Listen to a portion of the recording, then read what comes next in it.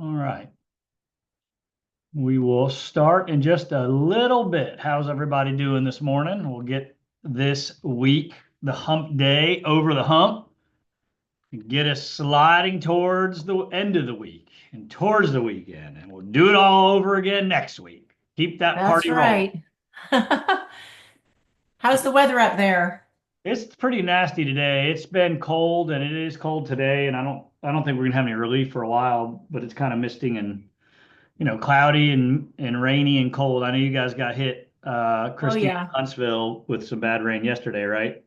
Yeah, and today it's just super dreary, but not sure how long it's going to last. I think maybe towards the end of the week would be Okay. better. Yeah. Well, yeah, it's you guys in Huntsville. I'll tell you what, I tell everybody around, it's the wildest weather I've seen. I mean, spring, It summer, is. fall. I remember I took off one time in the summertime and it was darn near 100 degrees. And the next day I woke up, their cold front came through and it had dropped like 20 degrees. So it was still warm. It was still like in the 80s. And I took off on our plane. And as soon as we got like minor altitude, it was a snow and ice storm. So only in Oh my Huntsville in like gosh. July and August can you experience something like that. But A snow and ice storm? Are you kidding me? yeah, absolutely. I got iced What? up pretty good. So it's some wild weather. I think all that moisture coming off the Gulf and I don't know. I don't know. It's a weird and wild world. So, but anyway, well, good morning, everybody. Thank you guys for those of you more west than me. Thank you for getting up early. For me, it's 11 o'clock today, and I've had multiple cups of coffee. So y'all need to buckle up and put your helmets on and get ready.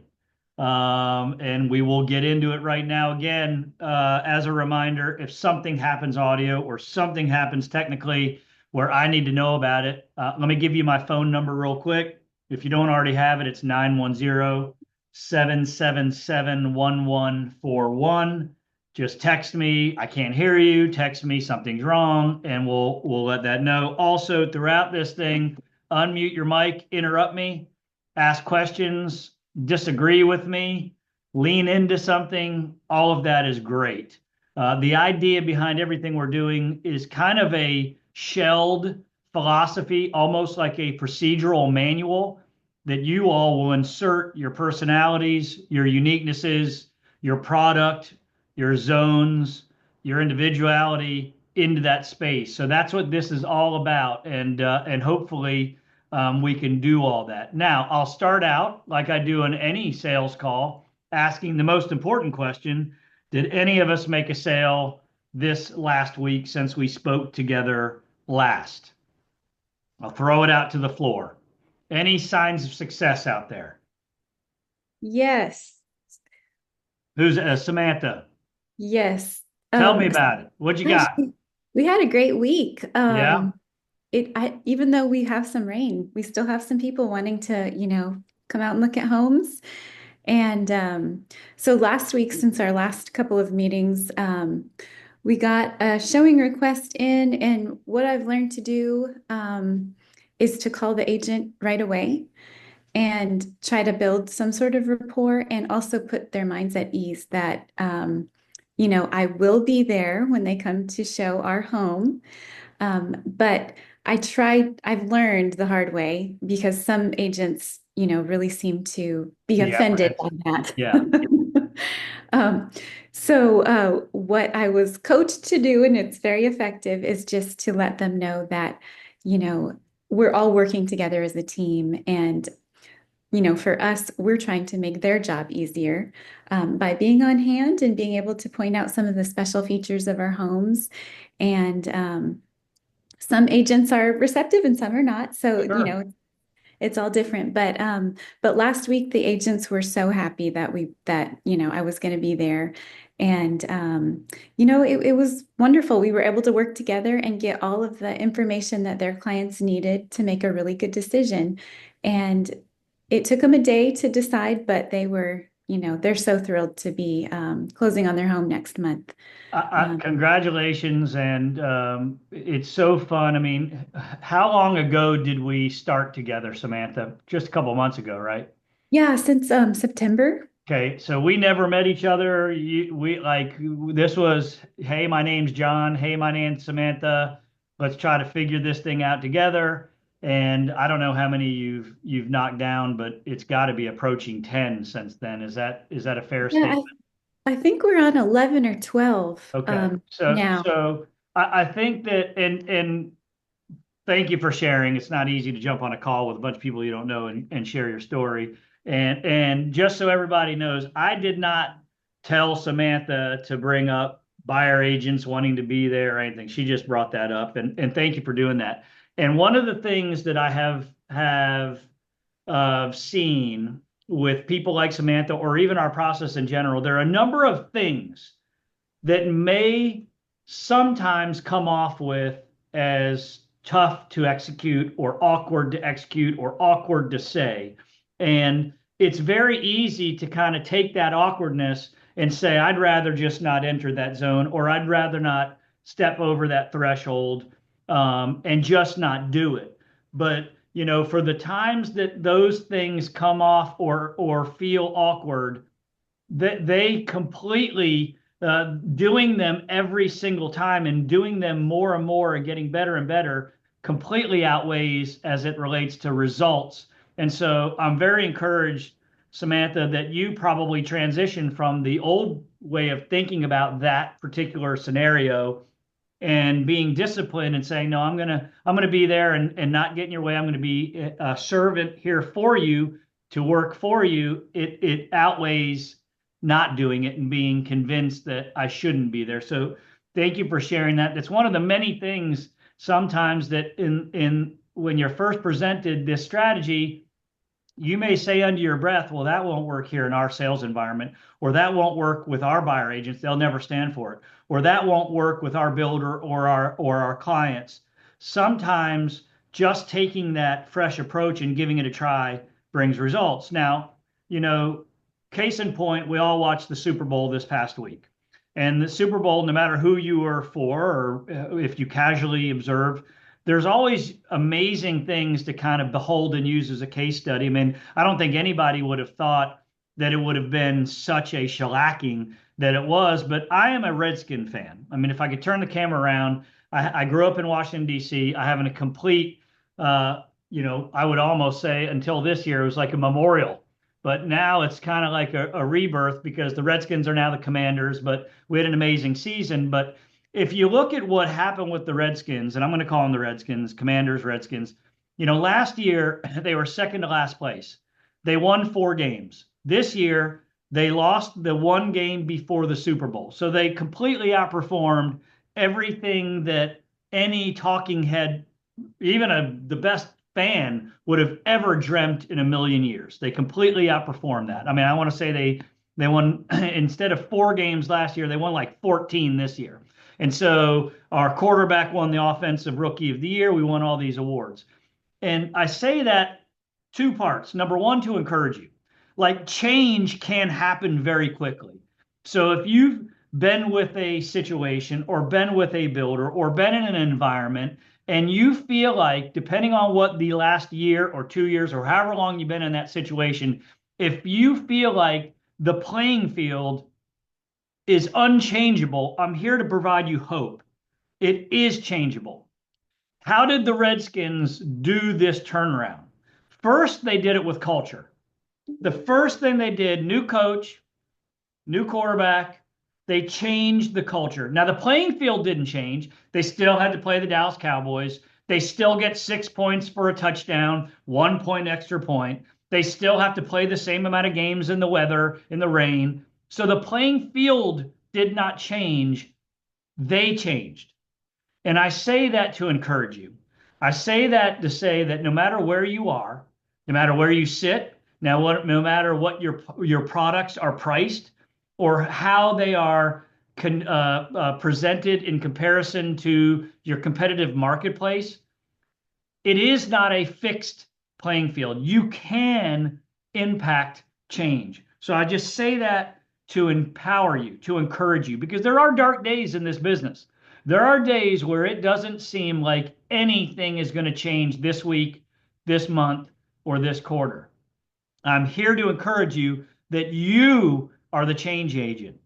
Like, in other words, we don't need, it'd be nice, we don't need pricing to change. We don't need interest rates to change. It would be nice. All that stuff would be nice. And all that stuff has to be acknowledged to maybe seek change like incentives or seek change like plan modifications.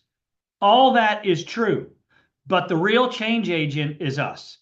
And so it's unbelievable the things that I get to witness, like Samantha, like Christine, like Katie, like all of you guys on this call, that literally grab the bull by the horn and make changes to their words, to their processes, to their presentation, to their skill set, to their time management that impact change.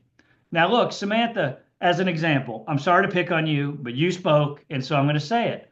Like, you obviously took this job, took this role back in October, because whatever position you were in real estate was not fulfilling your goals. I mean, that's the truth for all of us. In other words, change happens when there's something inside of us that says, I need change because I am not being fulfilled or watered or having success where I'm at. It doesn't mean your last place was bad or bad people or bad anything. It just means you took that leap of faith to make that change. And when, Samantha, you did that, you were asked to do some things that you had not done before. And some of them probably early on felt uncomfortable or felt awkward or felt foreign or different. And the thing about all these processes, the other part of encouragement is the more you do it, the more comfortable and better that you will become from it. In fact, when the great thing about being a new home agent, the great thing about being a model home or a new home specialist with a fixed field is that they come on your turf. In your presentation, when it's a static presentation where it's following your process and procedure, you almost can predict the questions they're going to ask. You can almost predict how they're going to act because you're becoming great at that presentation. It's not different every time. Yes, there are uniquenesses. Yes, people are different. Yes, people buy different things. But your presentation is following your plan, and that's where we get great. And so with that, here's what we're going to do today. We're going to roll really quickly. We will also take a break halfway through it. We're going to talk about the 4 W's, finish up that. We already talked about most of those. We're getting in it. We're going to get into how do you build urgency. That's the one thing we want to build, not fake, but real urgency to make a decision. Okay. We're going to talk about one of the greatest things to make a difference in your life, which is the qualifying menu, helping to clarify all that you have for sale very easily in a summary form.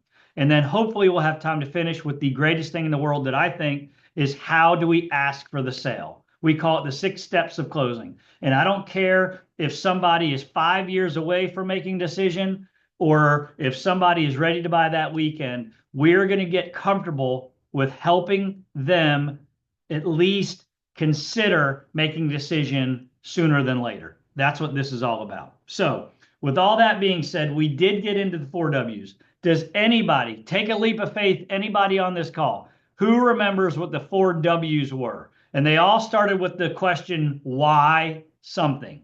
Why this? What were those 4 things that we have to prove to somebody for them to act with us? Give me 1 or 2. Give me any of them if anyone can remember the 4 W's. Why buy now? That's great. Give me another one. Someone else. Why buy here? Thank you. Why buy new and why Why buy this with builder? us? Yes, Why with this builder? that's exactly right. Great. I'm glad you guys are paying attention. Why buy now? That speaks to timing. Okay, we talked a little bit about timing. Why buy here? That's location. Why buy new versus what? Used. That's a big deal today, guys. A big deal with our weird market we've got. Historic low inventory on the ground. You're competing against equal or cheaper used homes. And lastly, why is this builder or this developer, why are they a really good entity to do business with? So we don't stand at a podium and give a PowerPoint presentation. These 4 questions are answered through everything we do. They're answered through social media posts. They're answered through images that play in the background on our TVs. They're answered through our collateral pieces, our inspired living pieces. But these have to be answered. These are the foundation of why somebody chooses you over somebody else. These are also part of how we formed that USP, unique selling proposition. We leaned into our location. We leaned into the features that make new versus used better. We leaned into, as part of our Inspired Living book, let me tell you about our building company and about our builder and how they're different than the rest of them.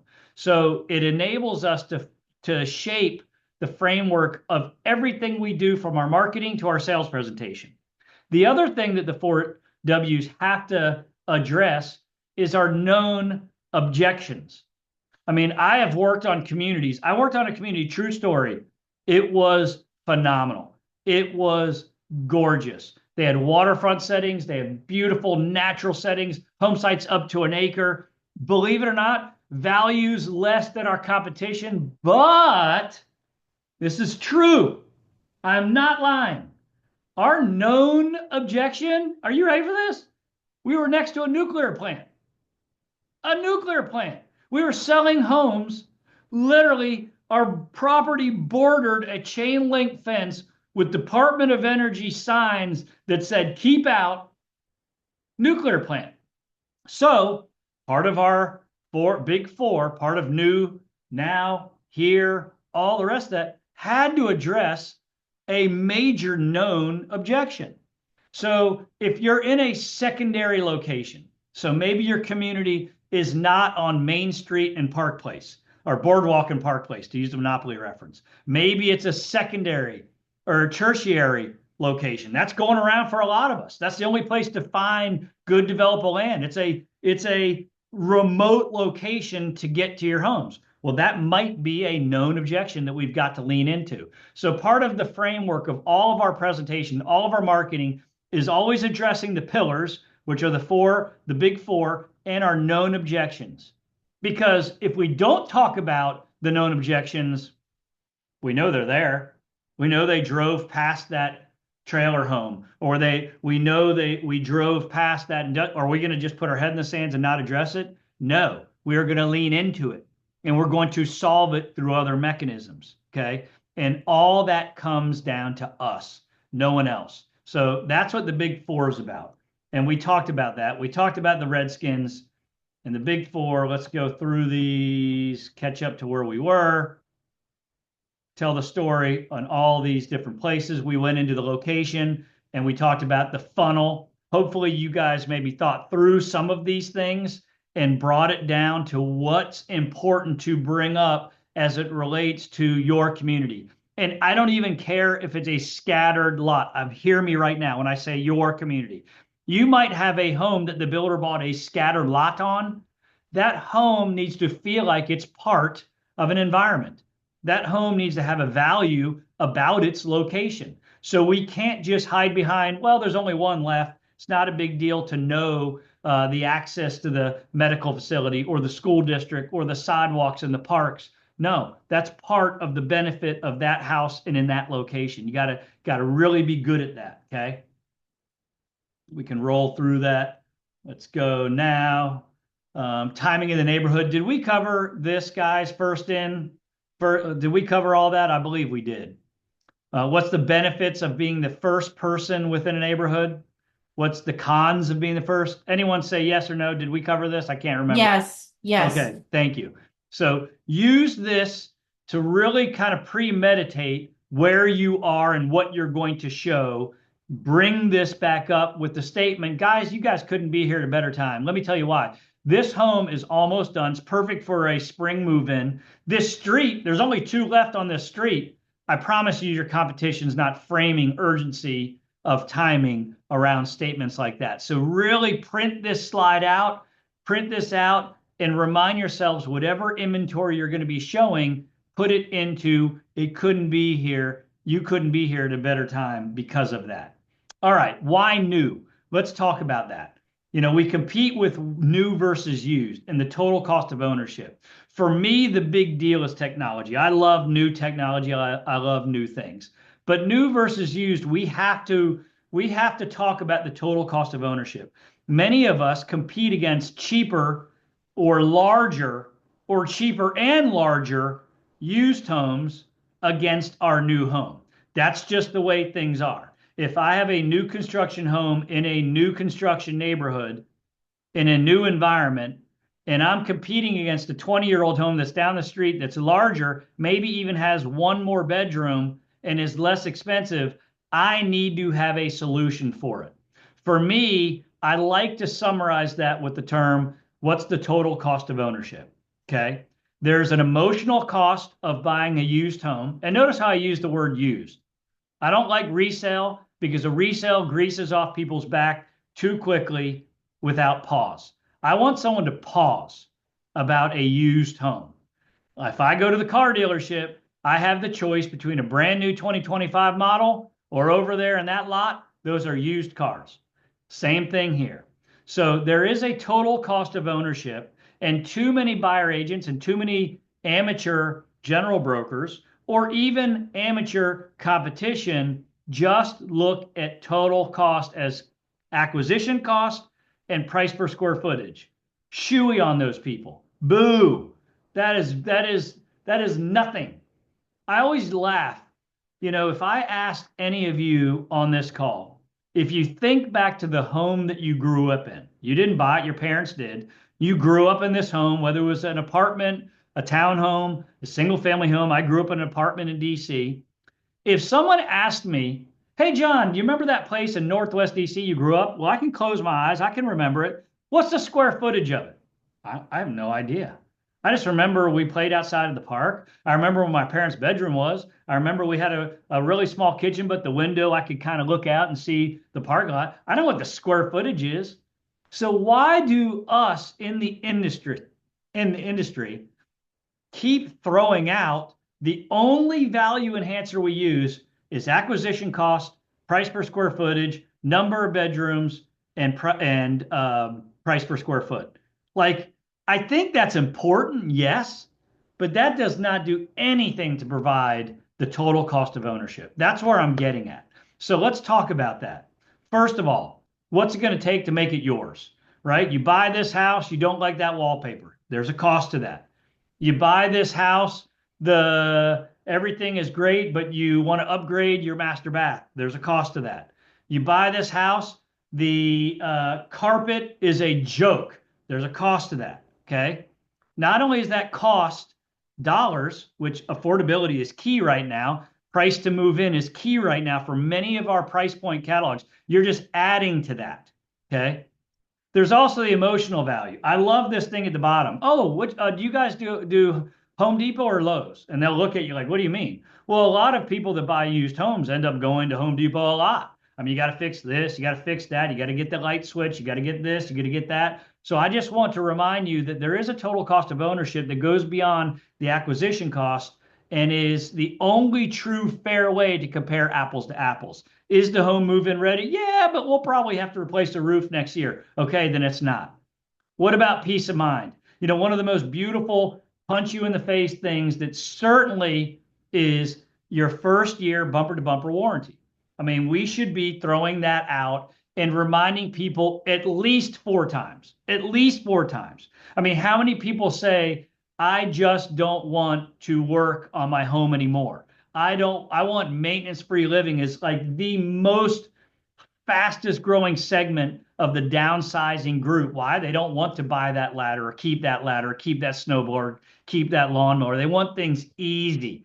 Well, there's nothing easier than a new home that has new home warranties. So if we're saying that in a brochure and that's doing that work for you, peace of mind and a new home warranty should be reminded multiple times. Okay. Multiple times. Anything breaks, bumper to bumper warranty, the builder fixes it. And that is also another key in way of talking about why do business with us. Because if there is an issue with the home, you're not getting on the phone with a 1-800 number in another state that will turn that call over to an employee that will show up and look at your house as a unit. No. If there's an issue with your house, the bumper to bumper warranty will cover it. 9 times out of 10, the owner of the company will be aware of it. Many times the owner of the company will come and look at it and communicate with you about it, and it will be solved by a human being, not by a unit, not by an employee, not by a 1-800 number. That's why doing business with us is very different than the other guys.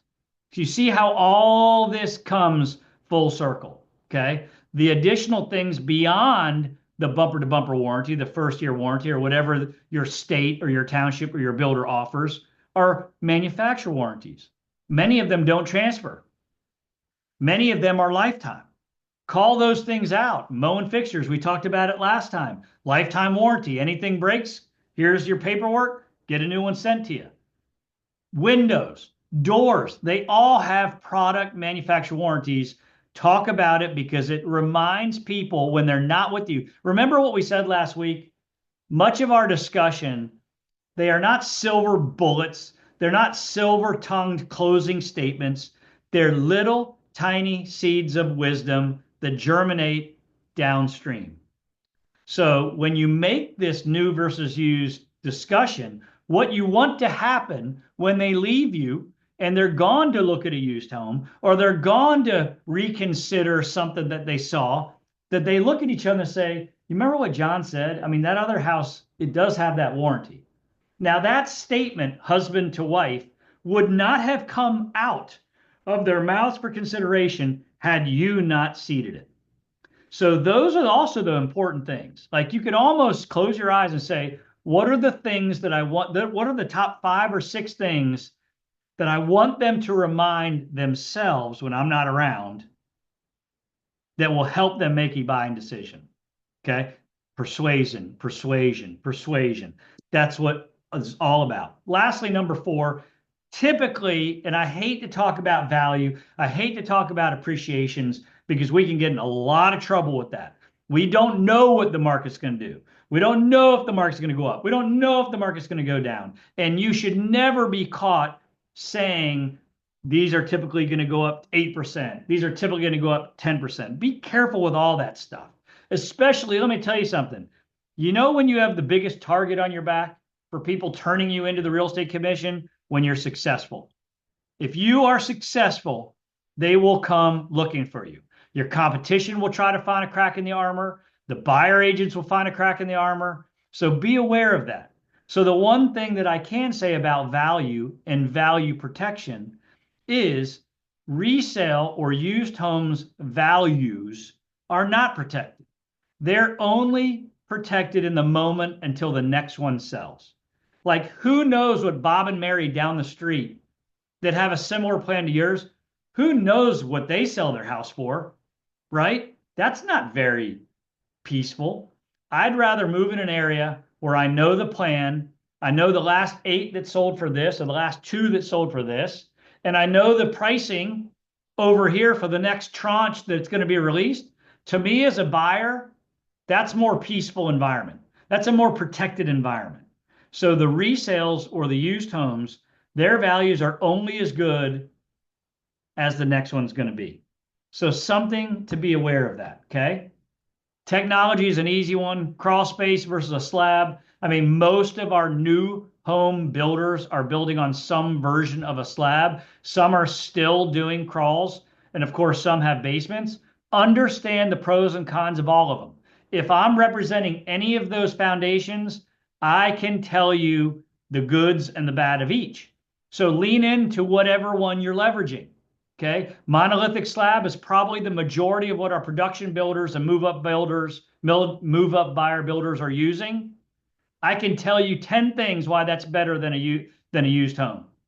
Like I told you guys maybe last week, I have a 25-year-old home. I'd be scared to death to go look at my crawl space. I already know what's down there. Snakes, spiders, moisture. Probably I got a vent that's unplugged. It's not efficient, it's unsafe, and it's old technology. Now, look, I need to get it wrapped. I need to get it conditioned. That's on my list. Put it on the list. But again, we don't get value out of highlighting the technology unless we present it. So crawl versus slab is a big thing. Another thing is the increased ventilation HVACs. I mean, HVACs have changed dramatically in the last 20 years. I could argue that it's a more healthy environment. More airflow moves through a new home than an old home. Now, look, I might be drawing straws right now, but I am going to talk about it. Many of our homes, especially up in the Northeast, have even an outside vent that vents air into the home. So airflow is moving. Old homes have old vents, has a lot of moisture and mildew. It's something to recognize, okay, and bring up. Used homes usually roam in packs. In other words, you move into a neighborhood, there's an exodus going on. New communities share a family bond of inbound migration. Inbound. We're excited. We're going to the new school. We're excited. We'll meet you at the park. A lot of neighborhoods that have this exodus going on have a different feel and vibe to it. Again, all this is just finding little nooks of seeds of wisdom that could germinate downstream. Okay? Let's see. All right, let's talk about urgency. So this is where I think you guys can really improve is you'll see when we talk about the optimal order of showing property, we try to get down to one house, one property. I know it's hard, and I'm going to show you ways to do that, but we don't want someone leaving with your entire price sheet as an option. Like literally, even if I have a few minutes with somebody, I'm going to clarify and qualify what their needs are, and I'm going to suggest one house. If I do get a chance of going out on property, I'm going to showcase one house and end with one house. Our word for that house is the perfect property for them. And what I want is that perfect property to be the catalyst for building urgency. Meaning if I just presented our builder or presented the community or presented the plan series, it's overwhelming to the buyers. It's sometimes confusing to the buyers. And there's no reason for me to have a pinch of urgency because there's a few down the street left. Versus if I create urgency properly, then I feel that pinch of, I'm worried. Honey, I'm worried. If that house sells, I don't know what we're going to do. Like that's where we want to end up in a perfect environment. And we only get there by whittling it down to one perfect property. So let's talk about an urgent message is required about something, okay? And so we've got to think about this. Like as a building company or as a sales team, you know, certainly the perfect property, is there always an expiring incentive? Is there always something that's going to be limited? Like we said the other day, it's the last one on the corner. It's the last one with a south-facing rear perspective. It's the last one that's in a cul-de-sac. Doesn't just that alone, premeditating before people come in, what is this one? What is this one? What is this one? What makes it unique? That makes me say to my spouse, like, I'd be worried if we missed this property, then we'd be over there. And that over there means I'm getting the leftover, which nobody wants, okay? And so urgency has this feeling of if we don't do it, we're going to have to settle. Now, look, people can't buy every time they come in the property, but I at least want to present where they feel that pinch walking out the door. We've all been there as buyers. It could be a pair of shoes. It could be a new car. It could be a house. We've all had that. When we wanted to buy something, even if we weren't prepared to buy it because we didn't have the credit or we didn't have the money at the time, but we wanted it, we felt that pinch internally. That's an emotional thing. That's what our job is to do. And no one does it better than the car industry. And that's why I put this thing out there. We should all, in the new homes industry, we should all look at the car industry as kind of a model for building urgency. Now, they go a little too much. They yell at us on the TV and they scream, and sometimes there's this used car feeling. But there's always this reason to say we should go look at this weekend because they're offering 0% 60-month financing, and I don't know how long that's going to last. Like, we have to also present that. We also have to come across as you couldn't be visiting at a better time because of. So that's an important thing to remember. Does that make sense, guys? See if somebody sent me a text. So how do we do that? Do we do that when we're with people, or do we do that all the time? We make urgency statements all the time, on the phone, in emails, in person, in corporate marketing, and on social media. The reason we do that is so you don't sound like a complete idiot when they meet you. And you don't sound like, oh, you got to buy right now. You got to buy right today. No.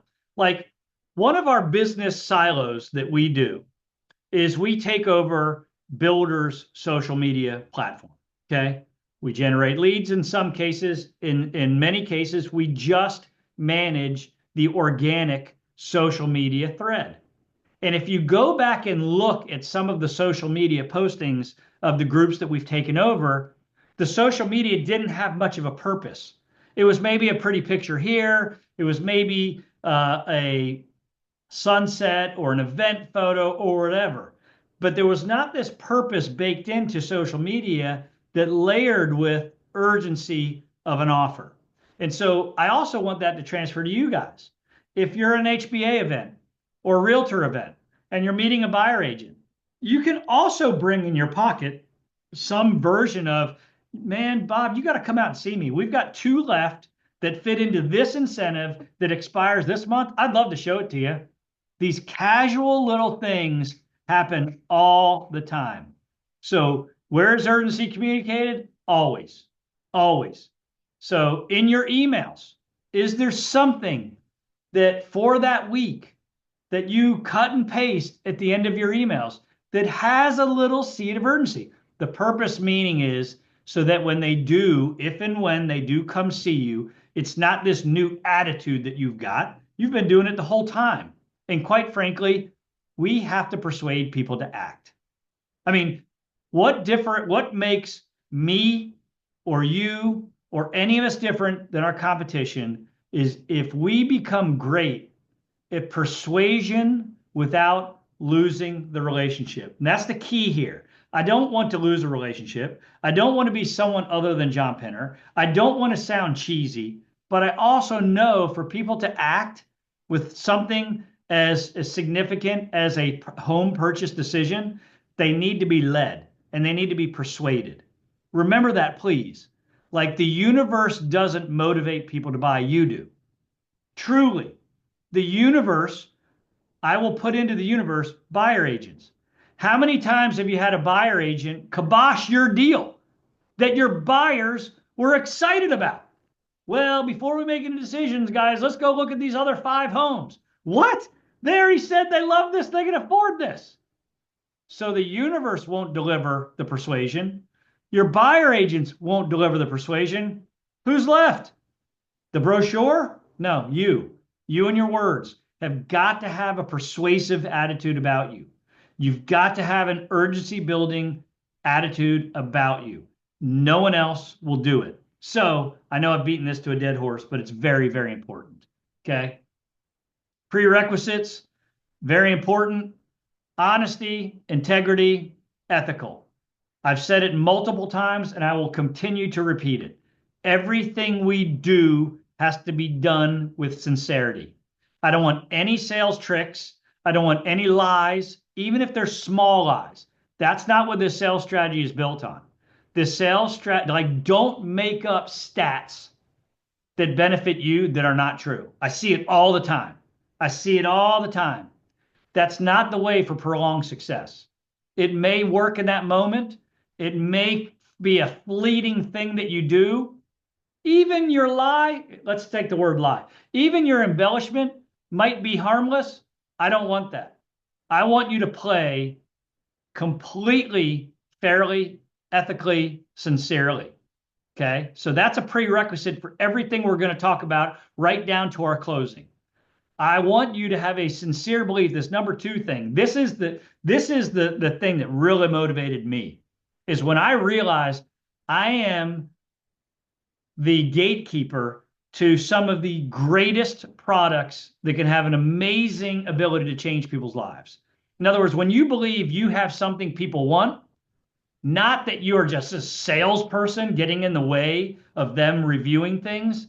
When you think of yourself as that you are the purveyor of the greatest product in the world, that changes the way you present. All of a sudden, you know, I don't know how many of y'all have kids on the call, but when you have kids, you speak about your kids glowingly, unless you're frustrated and you're just got done yelling at them. But when you tell somebody about your children, they're the brightest, they're the tallest, they're the strongest, they run the fastest, they're the coolest, they're the prettiest, they're the most beautiful. That's our kids. When you transition to the mindset that you have your inventory, your homes change people's lives for the better, and you are the gatekeeper to getting people in these homes, it changes the way you present. It changes the way you build urgency, because now you're not building urgency for your own internal needs. You're doing it for the benefit of them. And I believe that when you connect with somebody and they move into one of your homes, it's one of the happiest moments of their entire life. Write that down and put that on a piece of paper on your bulletin board. When you meet with somebody and successfully get them to say yes, get approved, and moved in, you've just created one of those milestone moments in their life they'll remember forever. So you're not just a salesperson getting in the way of the buyer agent or getting in the way of them just wanting to run through the house. You are a gatekeeper to one of those things that they will remember forever. Family reunions, child's births, bringing kids homes from the hospital, birthday parties. That's what you get to sell. You're not selling insurance. You're not selling retirement vehicles. You're not selling cars. You're selling the greatest gift in the world, land and homes. So take that on, guys, and start with the kind of the bravado that it takes to know that you're selling the greatest gift out there. You should be excited for them that they have that opportunity. Let that attitude, rapport, cadence, delivery, third-party stories from the mouth of others. You know, many times me telling versus me telling that same point through the mouths of a homeowner or through the mouths of another buyer agent is tremendously impactful. You know, Bob and Mary, what I hear all the time is the Elm plan is such a favorite because, like my last family they bought, Susie, she works from home. She took this space and made this, instead of the dining room, she put a door here, and this is her office. So she said repurposing the floor plan in multiple ways was the benefit of them selecting the Elm. I didn't just say that. I just told you the story about some other smart person that made the decision that bought. So from the mouths of others is very, very important. Third-party story is very important. Repetition. Repetition. So your four main whys are not just said once, they're said multiple times. Multiple times, okay? We don't have to get into this yet. We can skip through this. All right, let's talk about this. So for us, building urgency kind of falls on a couple things. We're going to talk about the qualifying menu. Nothing better, in my opinion, than summarizing what you have and what people's needs are with a quick 5-minute process. Okay. We'll talk about that in a second. Showing property in the optimal order. It is an absolute prerequisite to build urgency. We'll get into it a little bit more detail, but effectively it follows this strategy. Remember, I told you we want to build, quote, to the perfect property. I don't care if you have 3 of the same plans in a row and that is your inventory. We're going to make one the perfect property, and we're going to showcase off of the other ones, okay? Off of the other ones. We're not going to present 3 of them as the perfect property. We're going to lead and crescendo to one perfect property. So this graph here to the right is our philosophy. We'll talk more about it later on down the line, but it is the philosophy of how we get to where we want to say there's only one decision to make. Only one decision to make. And then we always end with next step instructions. We'll get into that. All right. Very quickly before I just rip through that, any questions? I'm sure no one's going to say anything, but any questions or comments from this past weekend, or anything we've covered before we move on to how we present all that we have for sale.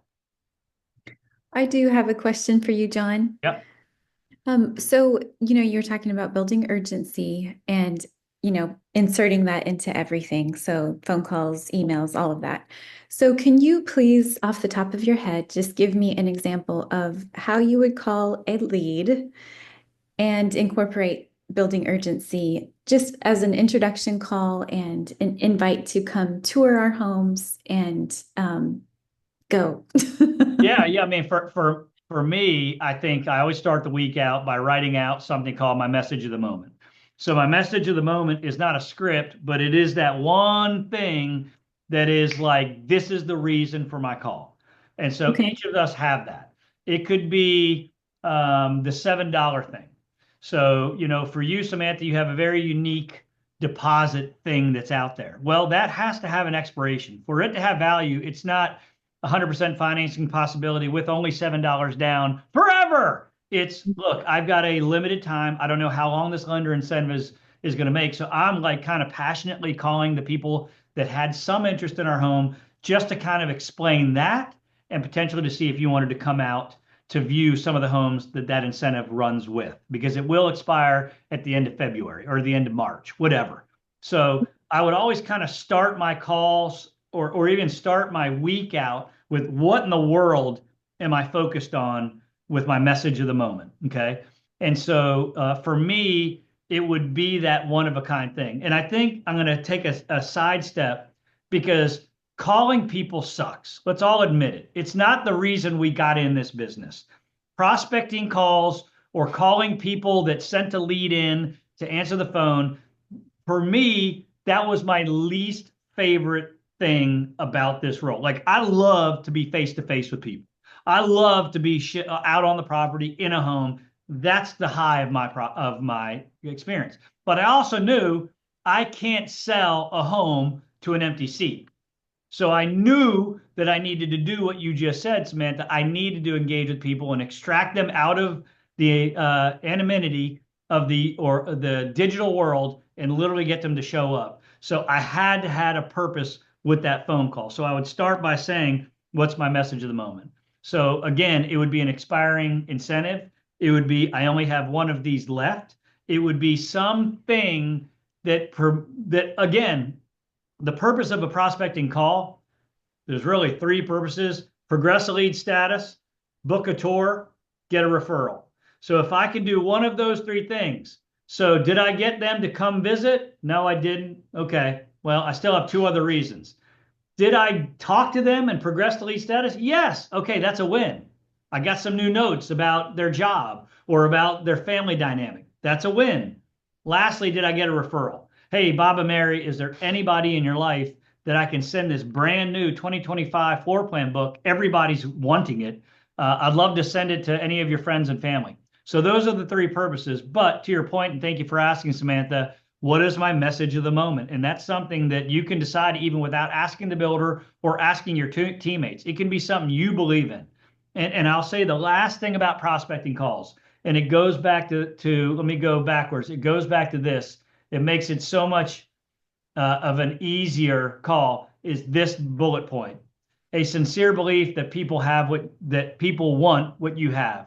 If we start with the mindset that I'm going to be bothering somebody on a prospecting call, or I'm going to be bothering somebody by having them follow my sales presentation, then we've got the wrong mindset.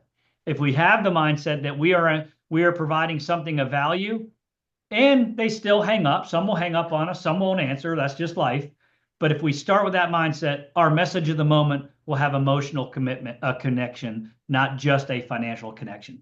I think people start the home buying process with a financial basis. How can I buy this house? How can I afford this house? What are my payments on this house? All important. You have to be able to afford what we have to sell or what we have to show. But what moves people to action more than any of that is an emotional connection. And that's where that urgency message of the moment comes out. So thank you for asking me that, Samantha. Yes, thank you. Yep. All right. Qualifying menu. I'm going to go through it really quick. So we got 10 minutes before we take a break, and I promise you that we will do this. So I want to ask somebody, and someone has to answer this question outside of Samantha. Poor girl, I'm working her over pretty good. So anybody that hasn't answered yet, get ready to figure out where the unmuted mic is. I love this picture. It's a flock of sheep. And if I were to ask this question to the group, look, there's 26 sheep in this flock. One gets really sick and dies. How many sheep are left? Somebody answer. Somebody answer. Come on. Give me an unmute. 26 sheep in this flock. One gets sick, one dies. How many are left? You got to take it off mute. Samantha, you're the only one paying attention. You can answer. 25. 25. Yep. Thank you. Thank you. All right. The answer is 19. Okay. The answer is 19. And this is where I come from that. I had 20 sick sheep. One dies. How many left? So Christine, thank you for playing along with me.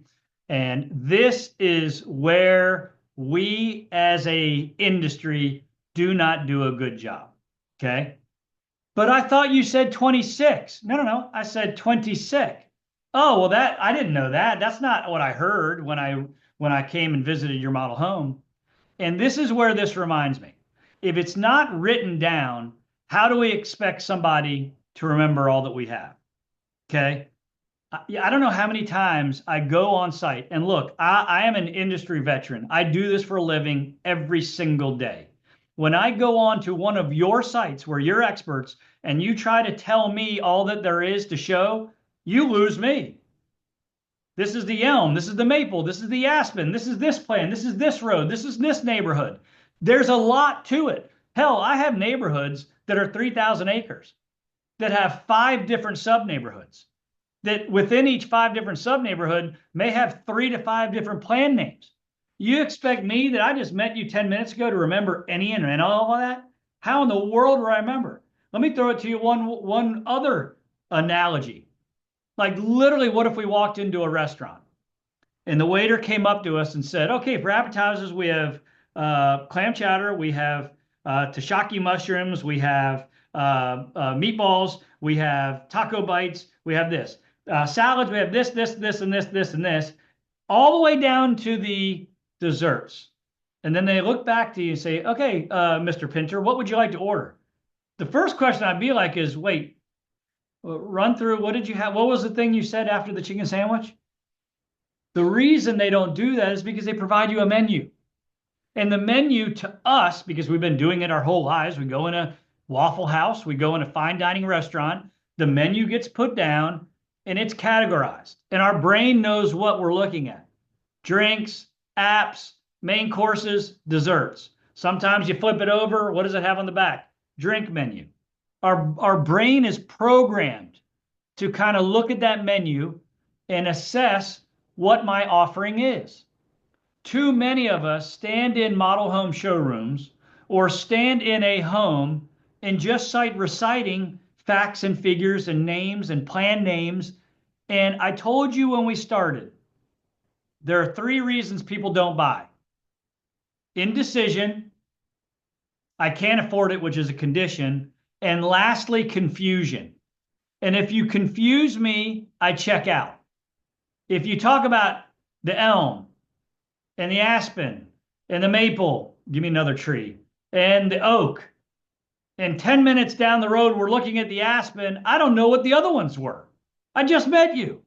So I want to have a way to present what we have in a menu form, in an organized form, that serves a bunch of purposes in addition to writing it down for their reference down the road.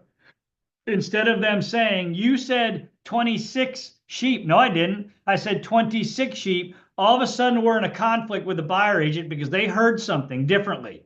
They heard your incentive differently. They heard that expiring incentive or that price or that way to buy or that reservation. They heard it differently, and now you're in a conflict because it wasn't written down. It wasn't shown in a menu. I thought you said no. Okay. That's why I want to come up with something that we call a qualifying and clarifying menu. And that's what this is about.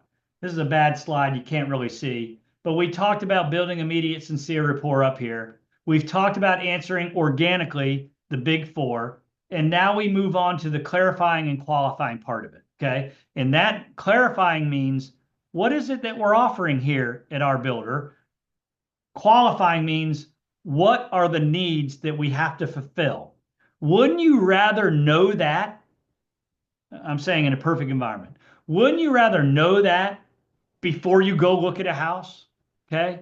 That's the purpose of this. That's the purpose of this. So I'm going to share the benefits, then we're going to take a quick break for our halftime. Qualifying menu benefits. Number one, you're going to clarify your offerings in an organized fashion. Will anybody disagree with that? Of course, that's needed. That sounds logical. We're going to qualify the customer needs. Okay. Now, immediately that means, what do they afford? What can they afford? I mean, you know what makes me cringe? It makes me almost want to not run out the door when I hear this. It makes me jump out of a window. When someone asks the question 6 minutes into me meeting them, have you spoken to a lender? Are you pre-approved? Now, I totally understand that question. I totally get it.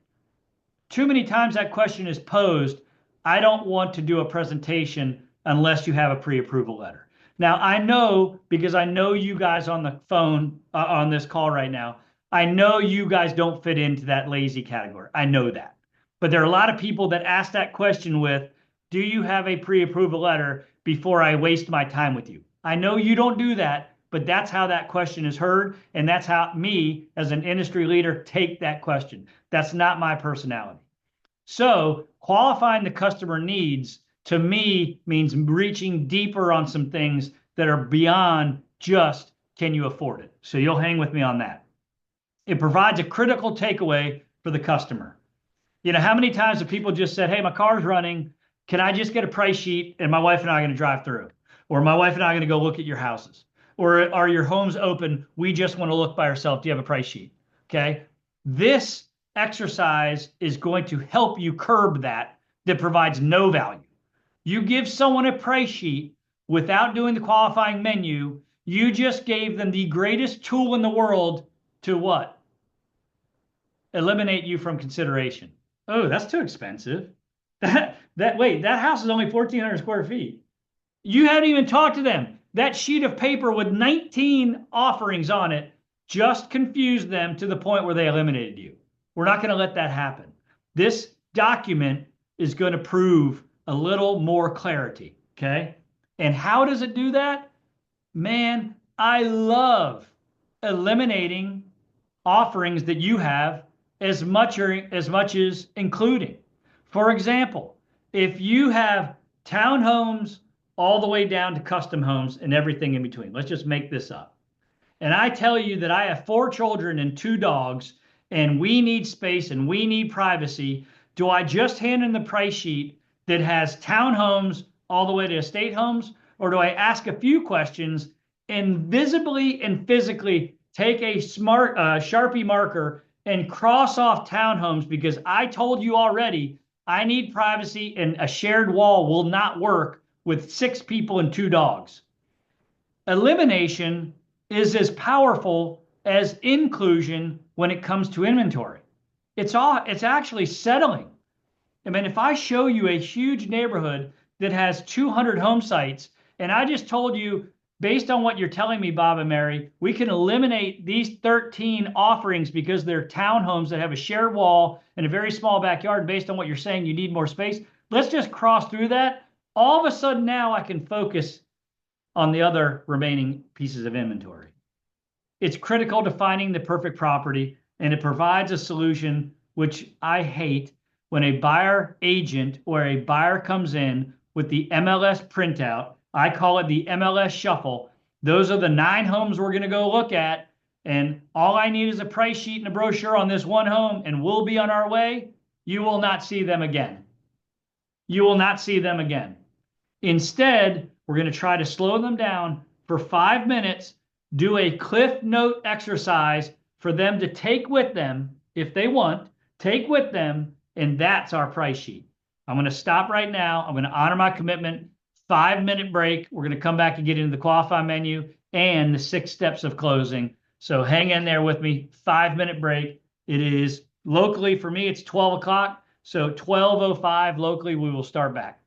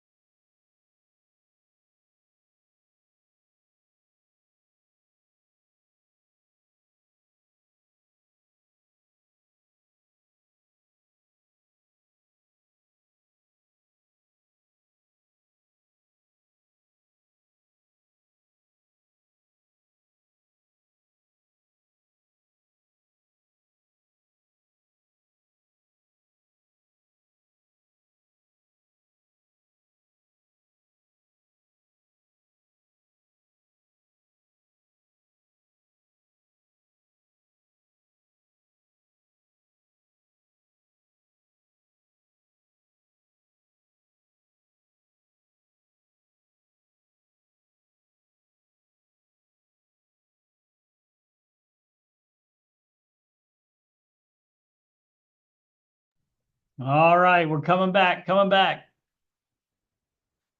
Everybody get ready, and we will close this day out with our second half of today, and tomorrow we will finish up. So I know it's a lot. That's why we're recording it. You can take bite-sized apps out of this whole thing and not have to sit and listen to it, but I think there's some good value in it. So we're talking about this clarifying menu, clarifying qualifying menu. And so let's get into what that looks like. Make sure I am still, audio is working, video seems to be working, and we are recording. All right. Clarifying your offering, like a restaurant menu, like we talked about, it showcases a couple things. We want to highlight the categories of properties offered. If you only have a single family home, you only have one. Okay, good for you. Many of you have a townhome and single family. Some of you have an HOA section and a no HOA. Maybe even you can have different areas where your homes are placed. Plan names, plan names, plan names. This is where you can shy away from plan names. As an example, let's say that you have 8 homes in your plan series, and the first 2 are under 2,500 square feet. Your middle 3 are 2,500 to 3,200 square feet, and your final 2 are 3,500 square feet and over. At this point, what we just want to do is segment all these plan names just into categories. So I'd say under 2,500 square feet properties, 2,500 square feet to 3,500 square feet, and then this. So I'd have 3 categories that I'd write down on a piece of paper with the price ranges to the right of it, versus elm means nothing to me. Maple means nothing to me at this point.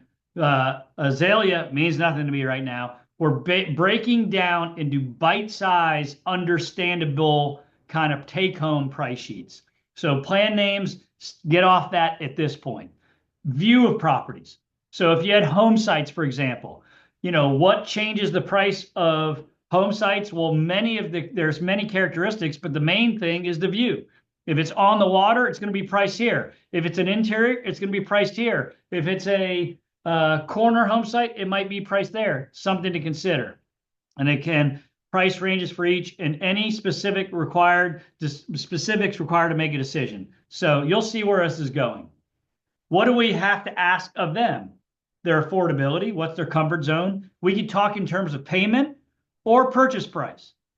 Right now, depending on who your buyer is, I would be very quick to err towards the side of payment discussions versus purchase prices.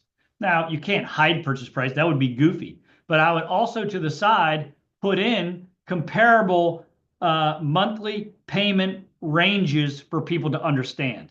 Because depending on where people's perspective is, that might be the main focal point of their decision. Oh, I can afford $2,400 a month. Tell me about that particular plan. Like, not the plan name, not the square footage, but more about starting with some qualifying thing to eliminate the others. It might be that your estate home section, your payment line that you write down is $5,500 plus. Well, that might immediately eliminate a number of families, so their eye needs to go back to that middle group, which is $2,400 to $3,200 a month. Let's focus on those homes, because that's what I'm looking at.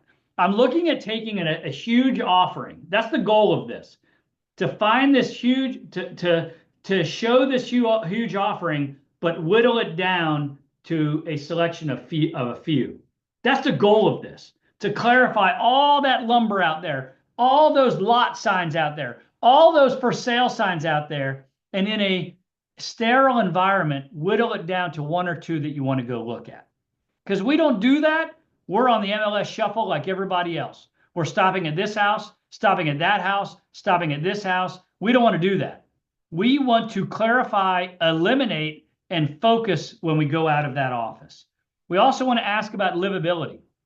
Do I want to be main floor living is important? Okay, I'm going to write that down. She just got hip surgery, can't do stairs. Okay, I'm going to write that down. Size, space, rooms required. Okay, tell me a little bit about how you're going to use the house. Well, there's 3 of us, so each, the boy and the girl need their own room. Certainly we don't care if we're upstairs or downstairs for our master, but we also share, workspace, so we need to study. Okay, I'm writing all this down. I'm writing all this down. I'm listening to them, because remember what I said? As important as including the one or two that fits into their needs, also visibly eliminating your offerings that don't fit into their needs, that's also valuable. Like, that's an absolute Cliff Note version of the book that is your community. Your community might be a 300-page book. By doing this clarifying, qualifying menu, you're giving them the Cliff Notes. You're giving them the Cliff Notes. And you're showing that you're listening to their needs. You're asking real questions. What else? Timing. That's something, Bob and Mary, what is the timing? If you were to find the perfect home, what's the perfect timing for you to move? Well, we still got to sell our house. Okay. So we could include a couple homes that maybe are 60 days away from completion. Or, tell me what the perfect timing for this move looks like for you. Oh, we sold our house. Kids are starting school. We need something now. Okay. That, again, brings me to where I need to focus my attention when I show them or suggest properties. Do you see where this is going? Too many of us don't ask these questions. All of this can be accomplished in literally 4 or 5 minutes. And it actually could even be done. So many of us get caught up with the worry about grabbing the ownership of the clients from the buyer agent. So many of this can be done through the buyer agent. Bob, Mary, you are so lucky to be working with Susie. She's one of the best in the industry. So Susie and I will kind of take you through this home, but Susie is the boss and she's the one looking out for you. So I will always kind of ask, her your needs, but we're going to go through this together. So if that's okay, Susie, I'm going to go ahead and ask a few questions so I can make a few recommendations for you all to go out and see a few homes. Does that seem fair to you guys? Great. I made Susie empowered. I respected Susie, but I continued to educate on my terms, Okay. Is anybody going to say, no, I don't want to see your qualify me. I just want to run out the door? Maybe, but what chance do you have with those people anyway? For the people that give you a little bit of cracked room, you're going to take that cracked room, you're going to crash open the door and get your zone down. What other questions do we need to know to identify the perfect property, especially when we only have a fixed period of time? Hey, Bob and Mary, are there any wish lists that I need to consider? Wish list, huh? Well, Tommy, our little boy, loves basketball. So if there's room for a basketball net, either in the driveway or in the backyard, that'd be great. Susie would love to have a garden. I'd love a shop. I'm writing all this down. Maybe I have an offering that has a basement. Maybe I have an offering that doesn't have a basement. Like, all these things are like a supercomputer. In my head, I'm whittling it down to what they want. And again, I'll ask, before we go out, before I make any recommendations, anything else that I should know that would be important for me to kind of clarify all that we've got out there. We've got a lot to show, but whittle it down to 1 or 2 important things for you to see. Okay, great. So I'm asking these questions. And this thing provides a takeaway. Most people are programmed to say, can I see your price sheet? Well, if I give you a price sheet, I already know that's not going to serve you any purpose. Okay, where do we do this written exercise? Because remember, we don't talk about it. Remember 26 sheet. I thought I heard 26. No, you heard, I actually said 26. Okay, so I want to write it down. Where do we write it down? We can write it on a piece of paper and give it to them. We can do it on a site plan and give it to them. We can do it on a dedicated sheet. Many of our sales teams preload this sheet with all the important categories and allow you to have the power of the pen to write the prices in or write the payments in, because it gives that focal moment of you being an expert writing. But many times this is pre-printed with just a few things left out that you fill in. That's a great way to do this the first few times. And call it a Cliff Note sheet. Call it a clarifying sheet. I wouldn't call it a qualifying sheet. I'd call it a clarifying sheet. Look, Bob and Mary, we've got 8 plans. We have 17 homes for sale. What I hear a lot of from our buyer agents and our clients is this little exercise that I do for about 3 minutes helps kind of whittle it down to the most important properties for you guys to see and spend time on. We can see it all, but this little exercise is going to help us focus on the most impactful properties that you guys could consider in your house shopping. Great. Okay, good. So again, we do it somewhere. You know, like for example, in our master plan communities that have a big open folded site plan, we always leave room in the margin, for this exercise. So we don't put the site map right up to the border of the paper. We leave room so our talking pad can happen. Okay. Prerequisites, it must be neat and legible. I'm really bad at that. Really bad at that. I got to do better. Must use the proper paper and pen combination. I remember we worked at a neighborhood where we did, 2,000 copies of this master plan fold out site plan, but it had that glossy paper. So anything you wrote on that piece of paper smudged. We got to be premeditated about that. So whatever you use, the pen paper combination, you wanted it to be proper, where it will last the test of time. Okay. And use the power of the pen to your benefit. That's why I don't just pre-print this stuff and hand it to them. There's a little bit of that psychological sales of psychology that goes into the experience of me, John Pinner, writing this up in front of you. Okay. Does that make sense? The power of the pen. It provides a basis of comparison. It provides us an opportunity to eliminate some right off the bat. How many times have you guys been faced with this? You never told us about that offering. You never showed us that house. Well, yeah, because you said you couldn't exceed $4,000 a month. So I immediately just didn't show that. Yeah, but we could ask our parents for the money. So without doing this exercise, I've been held, I know you guys have been held accountable for, quote, not showing that one house where their buyer agent said, I don't know why they didn't show us this. Okay, now you look like the villain. Whereas if I show you the complete inventory and we physically eliminate it because they said they didn't want to exceed 4,000, and I put a Sharpie X through that line item, they can't come back a week later and say, you never showed us this house. Why? I get that all the time. So we want to eliminate that. And it allows for showing the property in the optimal order, which we'll talk about in a little bit. So again, the last thing I want is to whittle down to 5 properties that have equal excitement in your eyes. That's why our feedback property, setup property, perfect property, and no comparison property, if you were to show 4 properties, they're not linear. They're not linear with emotion.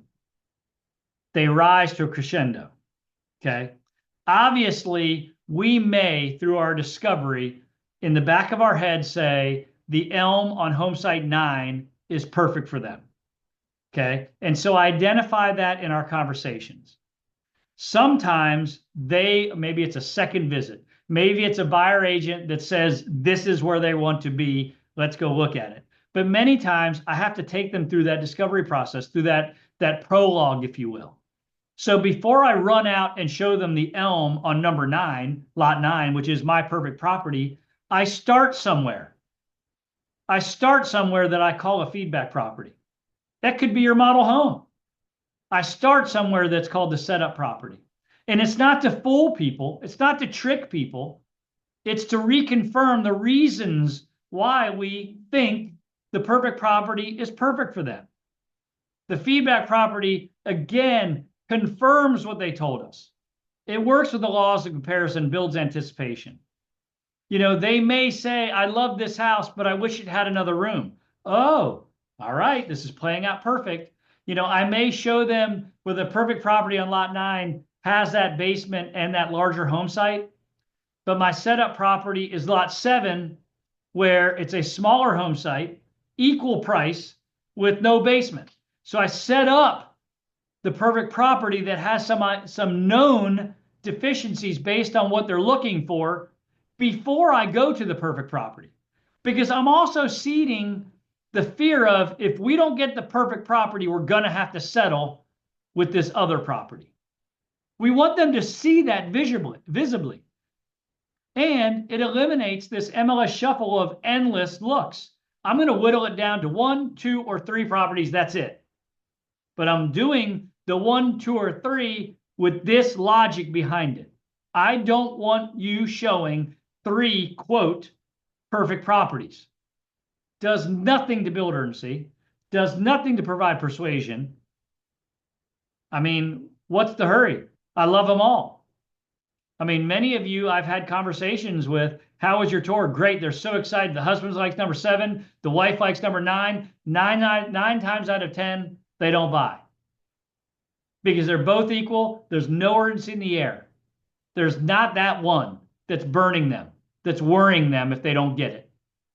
And that's what we've got to be better at, whittling it down to the perfect property. And again, go back to what I said at the beginning. All of this is done with sincerity and honesty. It's not trickery. This is done with logic behind it. Okay? Let's go through this. You know, in a neighborhood that we have that has home sites, mountain lodges, cottages, saddle notch villas, this is an example of how they whittle it down. Same thing in another neighborhood off to the right. Okay. So you have the home sites with the view categories, neighborhood, golf, state forest. In that category, there's your price ranges. Oh, we don't want to build. Throw an X through that category. Homestead cottages. Here's my 3 plans. Here are the bedroom counts. Here's my price ranges. St. Andrews. So again, this summarizes my price sheet, summarizes my offerings, and allows for an X to go through it. Like, that's not for us. We don't want that. I don't want to live in a condo. All right, great. Let's cross that out. You told me you didn't want to live in a condo. That's why we didn't show it or talk about it. I visibly crossed it out. You see down the bottom, anything else that they need to know or remember to do business is written down there at the bottom. It could be a little blurb about your your lender incentive or your purchase incentive right now. Okay.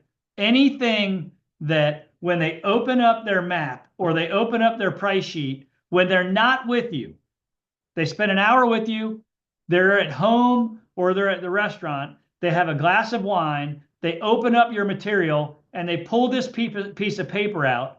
What do you want your material to say on your behalf when you're not there? That's what this is. It's speaking on your behalf when you're not with those clients and they're considering you versus anything else. What do you want that to say? That's what this qualifying menu does for us.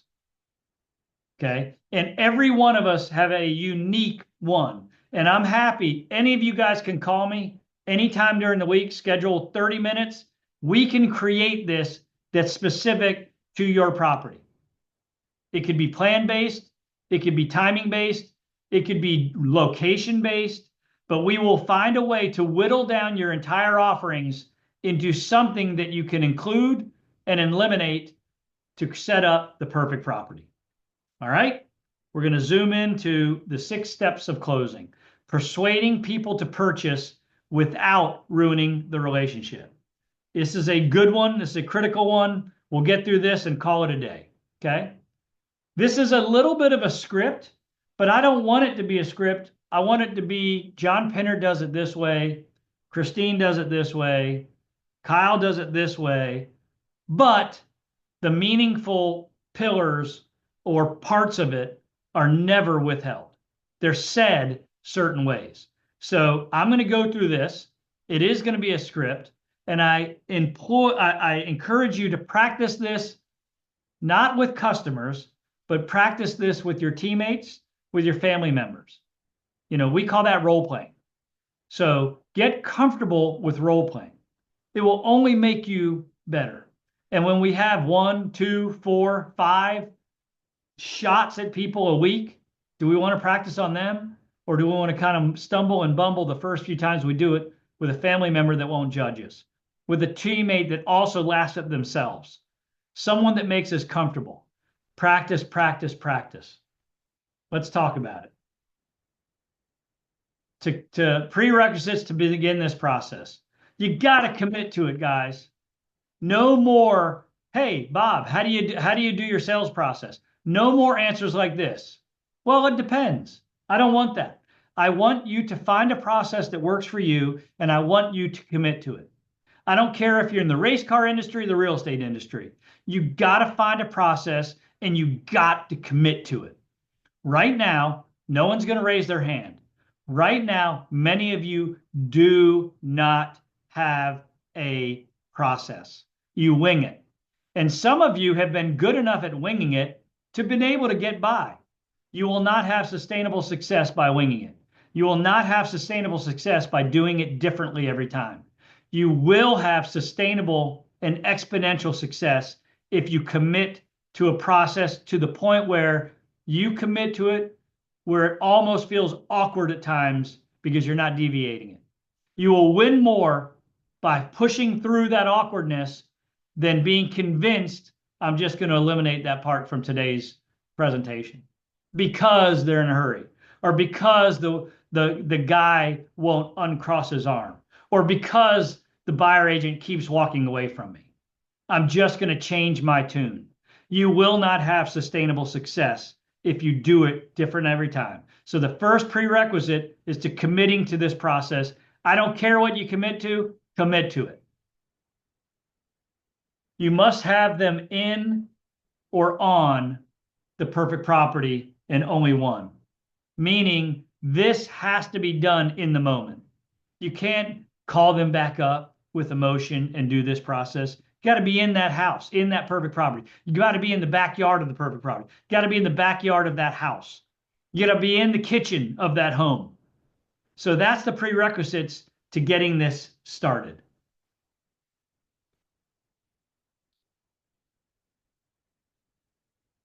All right, the perfect property. Let me share, it starts like this. Let me share a few things about this property, or actually the perfect property is presented where it's a one of a kind, where you have insider knowledge why this thing is the perfect property. Remember that insider trading? Everybody loves to have insider information when they buy stocks. That's the way to buy stocks. Like, you just presented me something that's going to happen that I couldn't find on Bloomberg, that I couldn't find on Zillow, that I couldn't find on the MLS. Like, I didn't know this house is not going to have a neighbor, or I didn't know that the builder put this special feature in. It wasn't in the MLS. I know. That's why me and my teammates love this house. That's why this is the next one to sell. Let me share that with you. Okay. So let me share a few things about this property that you may not have noticed. Let me point out a few reasons why all four of our sales executives think this is the next one that's going to sell. That's what people want to buy when you present it that way. Our first step is called summarize and recommend. Okay. And it is what it just says. There's 4 parts of the first step, but it's going to make a lot of sense. Okay. So you go through the house, you do your presentation, you go out to the backyard first, you hit the garage, you crescendo in the master bedroom, and you crescendo back out into the big space, into the kitchen. Okay. Guys, let's just kind of recap real quick. And I do this in a little bit of a theatrical way. I take my legal pad out, and because I've been taking notes, things you've been telling me, I've been writing down because I am a professional. I listen to what your needs are. If you go to a doctor, if you go to a specialist, and you kind of share with them some of the things you're feeling, they don't just remember it, they write it down. Why are we any different? We write it down. So I would say, guys, based on what we're looking for, let's kind of recap. If I look at my notes here, based on all that we've been looking at together, this home kind of seems to fit a lot of those boxes or have it all.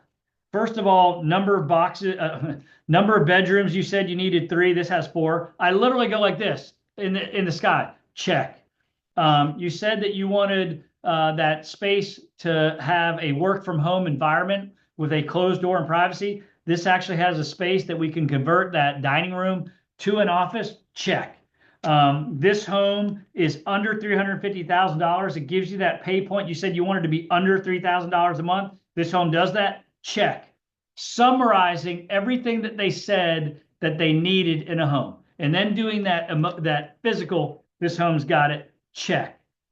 Okay. So we summarized livability, size for usage, location, site, affordability, timing. You said you needed a home soon. This house actually just got CO'd. It got final clean this weekend. It's actually move-in ready as of last week. Perfect timing. Check. So I summarized everything you've told me you've been looking for, even a wish list item. And I've done that. Check, check, check. So in other words, I'm not showing you a home that doesn't fit into what you told me you needed. It's not too expensive. It doesn't have one less room. It has all or many of the traits and things you showed me in the clarifying qualifying part of it. Okay. The first step of the first phase of the first step is summarize all the things they told you and then present the recommendation. And it goes like this. Based on it, guys, here's what I recommend we do. Let's take this property off the market. Pause. So again, guys, let's just summarize, based on kind of all the homes you've seen and we've looked at and what we talked about back in the model home. This home has bedrooms, check, has affordability, check.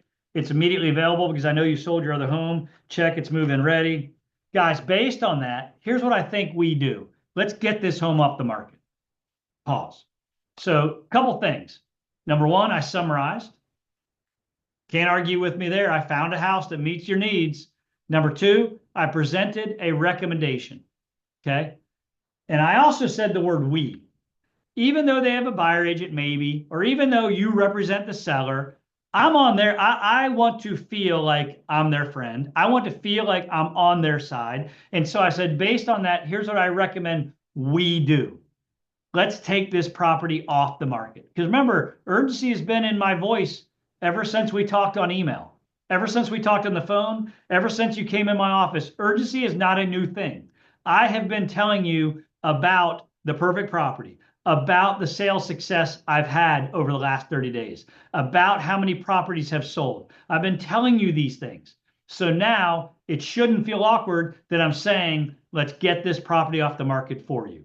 Okay.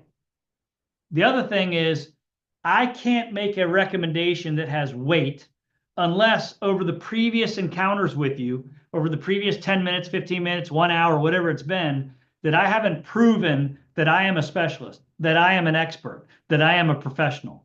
If I have proven that I'm a professional, then my recommendation holds weight. So look, I want to dress the part, speak the part, be the part. Because I am making a recommendation for you to buy this house. Hey, wait a minute. We just met each other. That's okay. I'm a pro. I do this every day. This is my recommendation. Where do I go from here? Provide instructions on how to take this property off the market. So the third part of the first step is the way we do this is we go back to the office, we complete a purchase agreement and take it off the market. The good news about our purchase agreements in this state or in this township or with this builder is that it gives you 7 days due diligence to meet with the builder, to meet with the lender, to talk about it in a quiet environment with each other, just to make sure that that's what you want. Okay. The benefit is, though, is that now that you can take a step back, have deeper conversations about this with the peace of mind, knowing that this home is protected from being purchased. It's really the best no-risk way of taking something off the market. Lastly, how's that sound? Now, look, it just got cold in the room. I literally just asked you to buy a house, and you literally walked in it 7 minutes ago. Maybe you just met me 55 minutes ago. I literally just asked you to buy a house. For some of you, that's foreign. For some of you, that's going to be hard. For me, I do it every day. It's no big deal. All right, guys, let's real quick. Let's summarize. This house has this. Based on that, here's what I recommend. The way we do that is, how's that sound? I mean, that's what this is about. You just gave me a clean path of transition. Now, I'm looking at the names that I know that are on this, and I know a number of you have written me that said that you're at a council meeting and that you're going to watch this later. I'm talking to each of you individually. I know 100% each of you have no problem doing this. No problem being great at this. This alone will change your conversion. This alone removes the universe from being the provider of your glory. This puts you in the driver's seat. Okay? So again, let's look at the first part, summarize. Second part, recommendation. Third part, provide instructions. Last part, our fourth part, list the no risk benefit. And then the fifth part, conclusion. How's that sound? And by the way, when you say, how's that sound? If there's a pause, do we jump in and say, I mean, it's only if you want to? No. Do we say, how's that sound? I mean, I know you got other places to sit. No.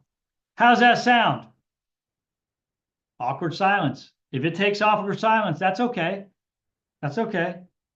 I mean, your business card, by the way, doesn't say John Pinner, friend.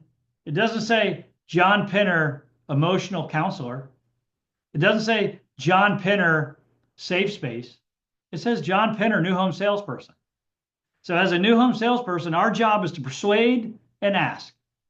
Our job is to build urgency and ask. That's our job. And so I am going to ask you to purchase today. I'm going to ask you, buyer agent, to purchase today. And I'm going to show you the path to do it. Now, if I tell you that 20% closing percentage can win championships, that's 1 out of every 5 say yes. Heck, in high traffic environments, it might be 10% closing percentage. That's 1 out of 10. Am I so dumb and naive that every time I say, how does that sound to you? They're going to say, yes. Of course not. Of course I know there's more work to come. But I'm starting the process. I'm starting the asking. I'm starting the questions. I know that I have to ask. I know that I have to kiss a lot of frogs to meet a prince. But I'm going to ask this 100% of the time. How's that sound to you? Now, here's what you're going to get back. You might get back, I don't know. Honey, what do you think? Should we go for it? You might get back, well, wait a minute. Wait, before we even consider that, tell me again about the incentives. Or wait, tell John, hold on, before we even consider that. Tell me again about the 7-day first right refusal. Okay. Tell me more about the deposit. Like, push pause real quick.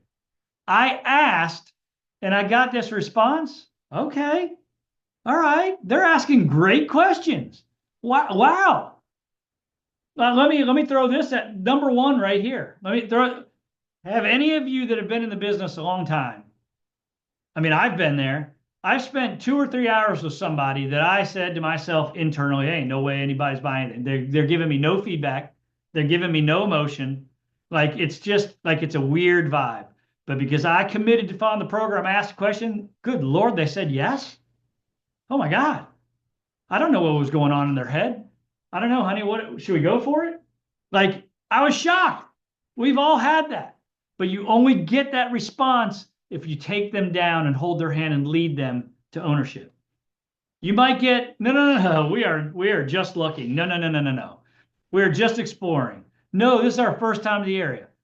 All of this is expected. I expect none of I am not a naive sales trainer that read about sales training out of a book and think that if I say this, the skies will part and everybody will say yes with rainbows and unicorns.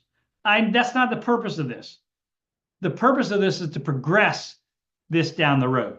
And so I understand these are my responses I'm going to get. I don't know. What do you think? Before we consider that, tell me more about the HOA. No, we just got here. We have to go look at 5 other places. I know that. So I'm prepared for that. But I'm learning. I'm not arguing. I'm not going to debate them. This is not a sales conference to tell you how to win a word debate, how to outsmart them with a one-liner. This is not about that. That's not in my spirit, and I can't imagine it's in yours.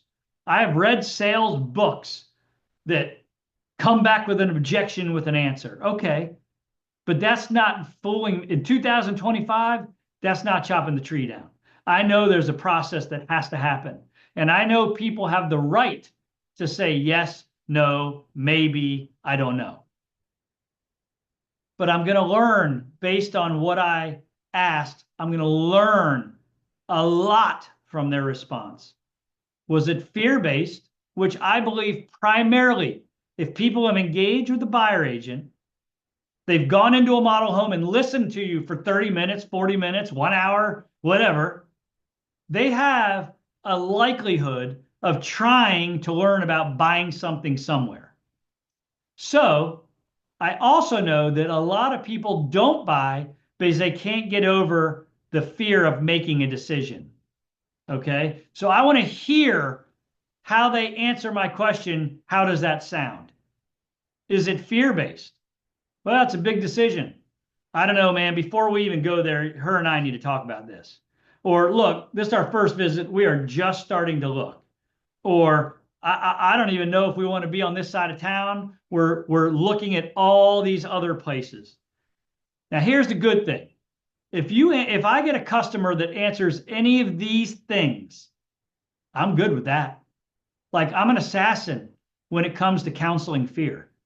I can work through that. Or is it a condition? You know, we got to sell our other property. Or we're waiting for retirement money. Or I got to look for a job. Or in 6 months, I'll have better credit. Like that, to me, gives me a real criteria. The majority of the time, I can't solve someone's credit. Yeah, I mean, I can introduce them to a credit repair agency or a different lender to give them a different scenario. Of course, that's always an option. But more times than not, people say no and leave us based on a fear-based motive versus a condition-based. But wouldn't you rather know that?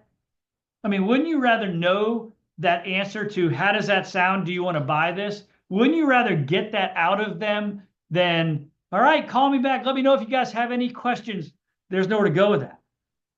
Nowhere to go with that.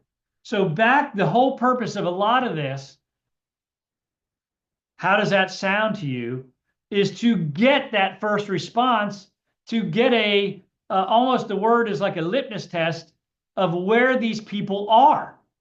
What are they thinking? Let's force that. What are you thinking? Let's force that out of them. And I get that by cooling down the easy moment by asking them to buy a house.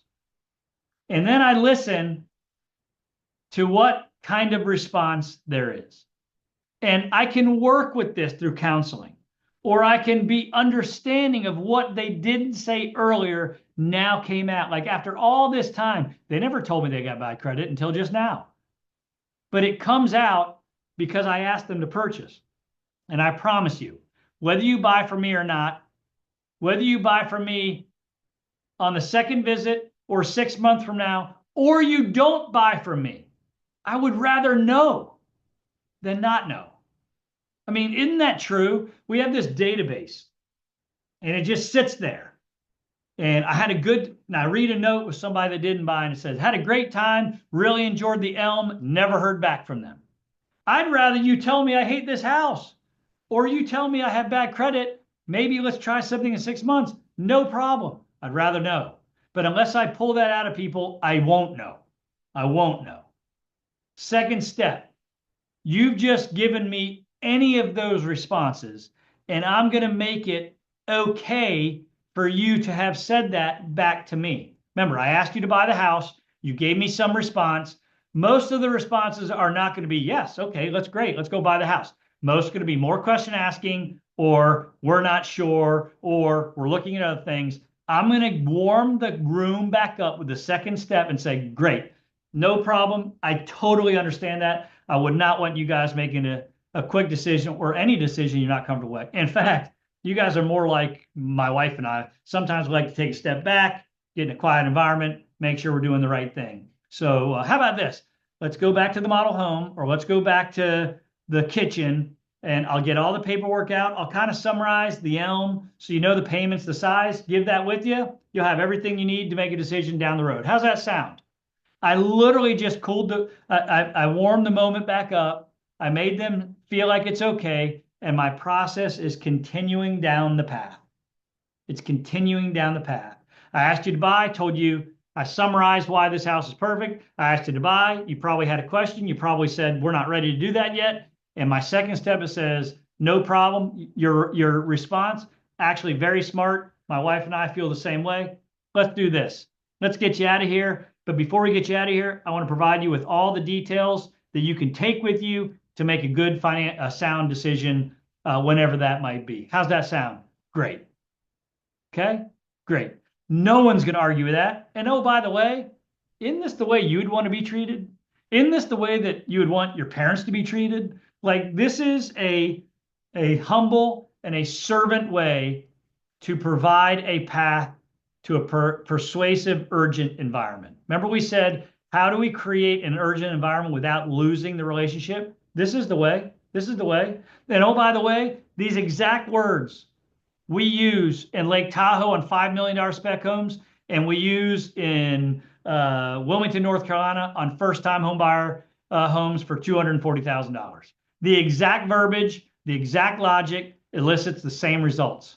Okay. So what is it that we're going back to show them? We're going to provide them things that they need to make a decision. Payment information, maybe a floor plan of this with some markups of Bobby's room and Susie's room and office can be converted to an office. I'm going to personalize their take-home material so they have all the questions answered to make a decision. Second part of it, before we leave real quick, I like to ask this question before we kind of leave the environment.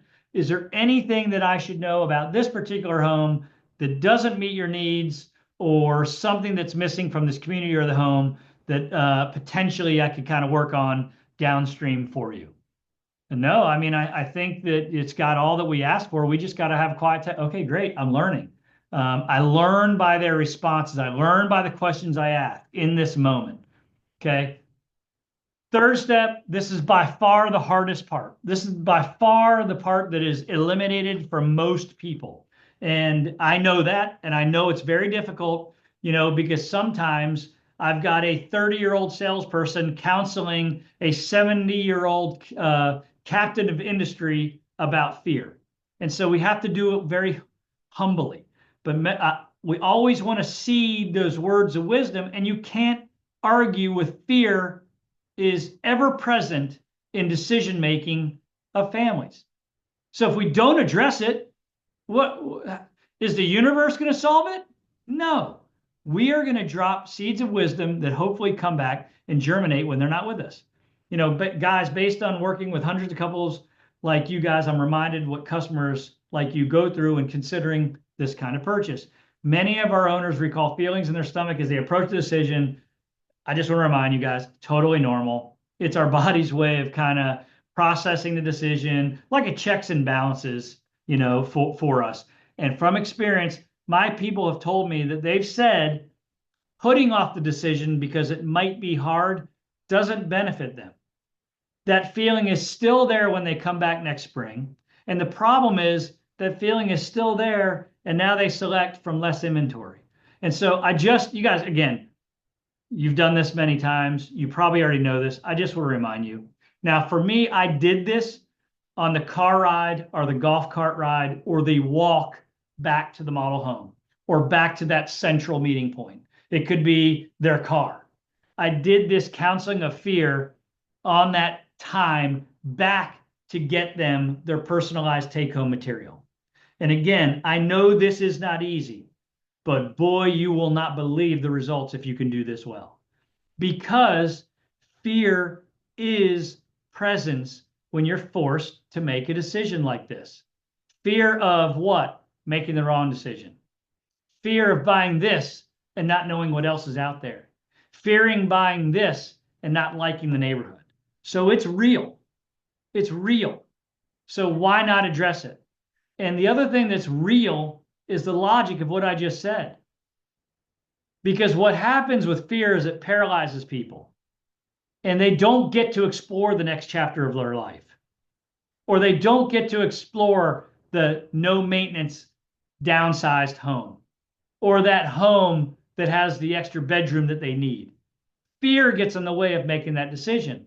And there's this weird feeling that if they just don't do it today, they'll re-examine the purchase next spring, that fear will have gone away. No, the exact same feeling will still be there next month, next quarter, or next year. Again, I know that's logical, and for sure I know that you guys already know that.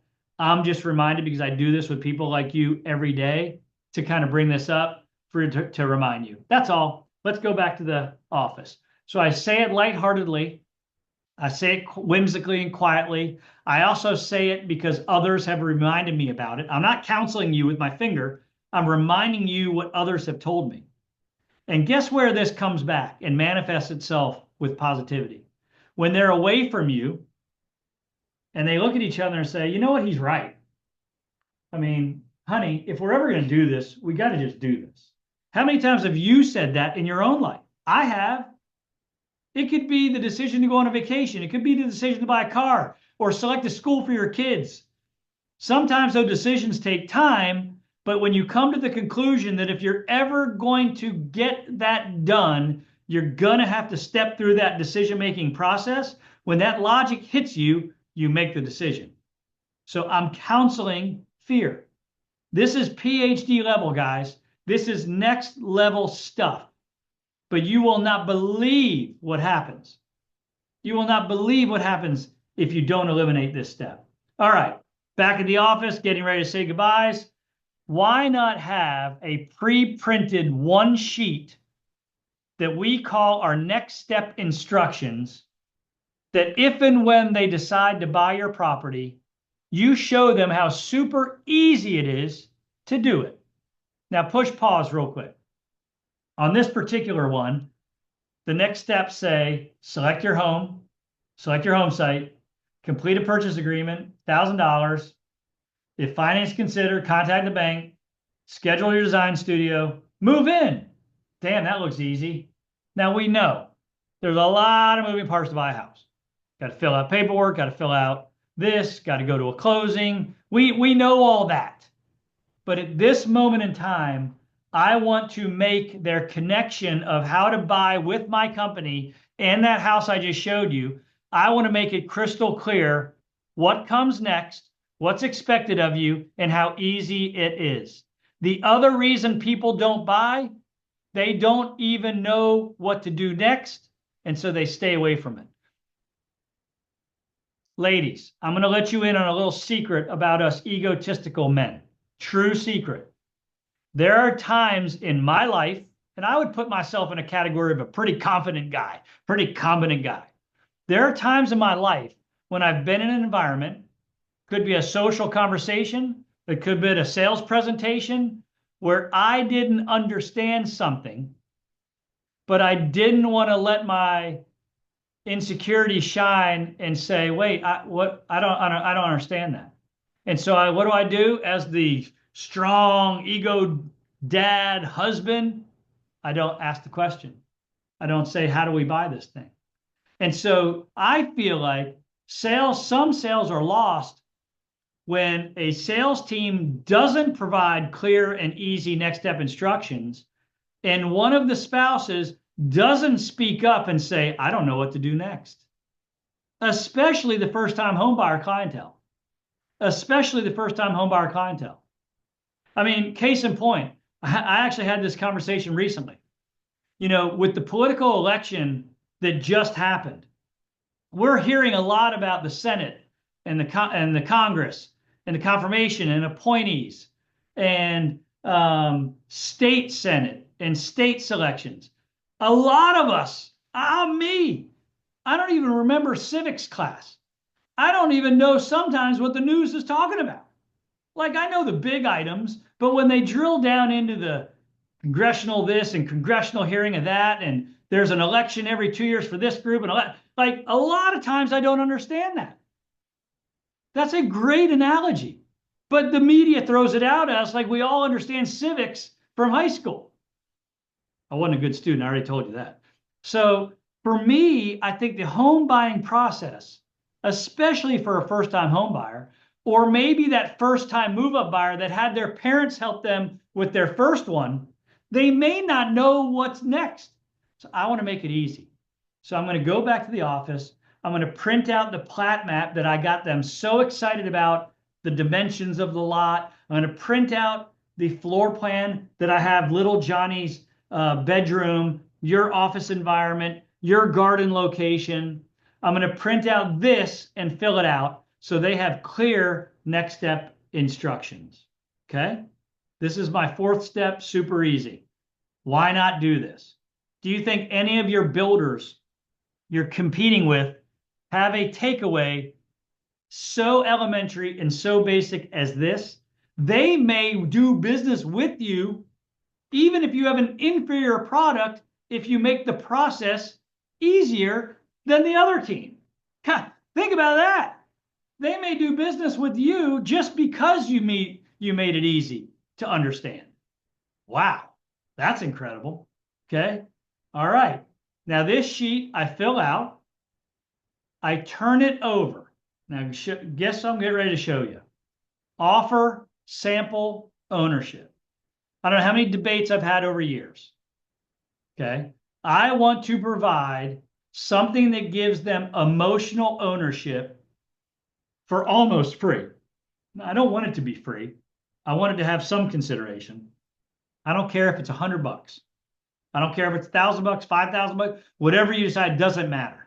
Okay. But I want them to take this home and put it on hold.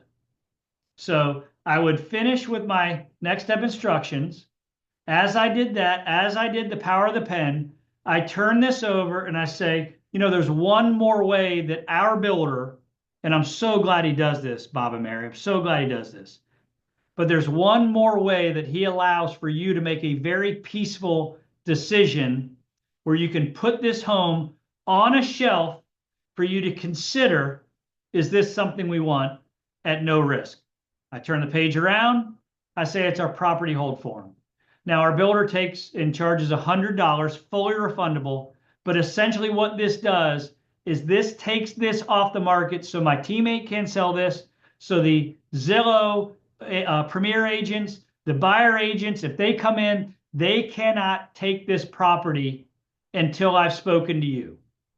And it gives you a peaceful moment to go home away from me, talk to a lender, talk to your parents, talk to each other and say, this is for us or it's not. You call me up, you say it's not for us, we rip this up, we rip your check up, no harm, no foul, we put the home back on the market. You say you have more questions, don't worry, the home is literally off the market, up on a shelf just for you. How's that sound? Two things. Number one, you're going to get, of course, no, we're not ready for that. That's okay. Again, as a salesperson, it tells you where you stand with your buyer agent and with your buyer. I want to know where I stand. That's okay.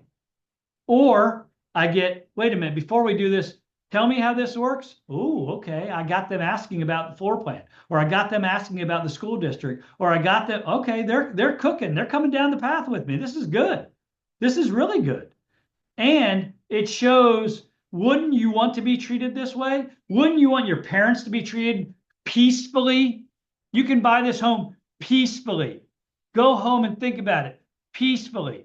But I built up so much urgency in the air. Don't worry. We've put this and put it on the shelf. Okay. I mean, all of this has its purpose. All of this is so psychologically and emotionally fulfilling that does this. Okay. And so this is critical. Now, let me tell you, if somebody does this, if somebody puts $50 down, I don't even know if there's a place to sign. You just fill this out for them and you take their credit card down. You tell them, don't tell anybody. I'm not going to run your credit card. But they pull their card number out and they give it to you. You fill it out.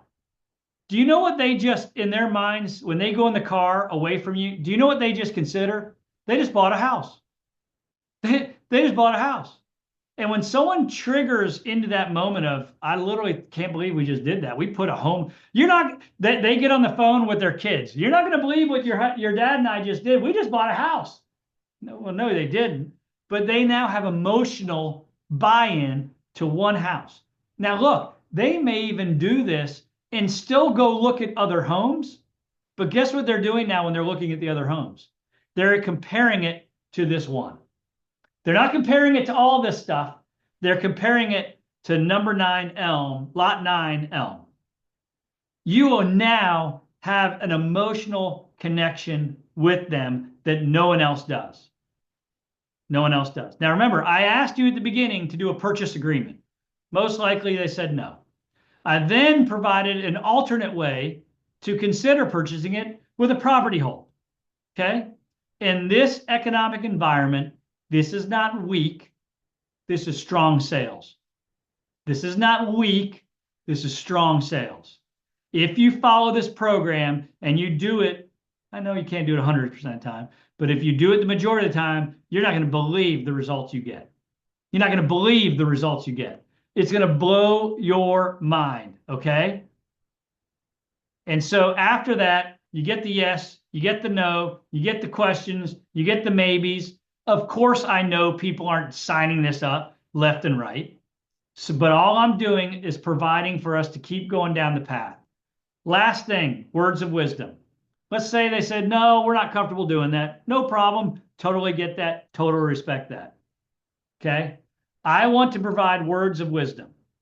Before we read this copy, I have had times, and I know you have had times, where people have called me back and what you looked at is no longer there. That breaks people's hearts. And if you haven't had it, I promise you, you will have that. It breaks people's spirits and it breaks people's hearts. I want to remind them that that's a possibility. Okay? No problem. It was such a pleasure meeting. Oh, just one last thing. If you guys are having dinner tonight and you decide you may want to consider this property, do not wait until tomorrow. Text me, call me. There are internal ways for us to remove this property off the market for you very quickly. But I've seen it happen once or twice, and it's heartbreaking. I've seen people call me back. They waited a few extra hours. They went to breakfast. They called me back, and I didn't represent the sale of that house. Someone else sold it. It broke my heart for you. And I don't want that to happen. So I guess what I'm trying to say is timing could be critical. So if you guys come to the conclusion you're in the car, you're at dinner, you're at the house late at night, send me a text. I'll go to work for you to protect it. And then we can get back on the phone and talk about it. But again, urgency, persuasion, urgency, persuasion. I am providing a path that gives a plan of action. And I'm also scaring you a little bit that there are others like you out there. Do you remember my first 5 minutes on this call? And it was not living a sale mindset, but living a tour showing mindset and a lead gen mindset. If we generate showings and generate tours, there will be a built-in urgency that's palatable. So that's the reason I don't care if you're a looky-loo or you're a real buyer. I want people coming in my model home. I want people coming. I want people going. I want people seeing, because I want urgency in the room. There's nothing better than going through the 6 steps of closing or doing next step instruction sheets and another couple walks in your model home. There's nothing better than that. That's the value of setting tours and getting people in for showings. I want to build urgency because other people are going to go look at lot 9 and the elm. I want to make that so loud that you guys are, that they may be only 20% considering the elm on lot 9. But when they see other people walking around it, that 20 goes to 60. You hear me? That's where all this is coming from. That's where all this is coming from. All right, I want to protect everybody's time.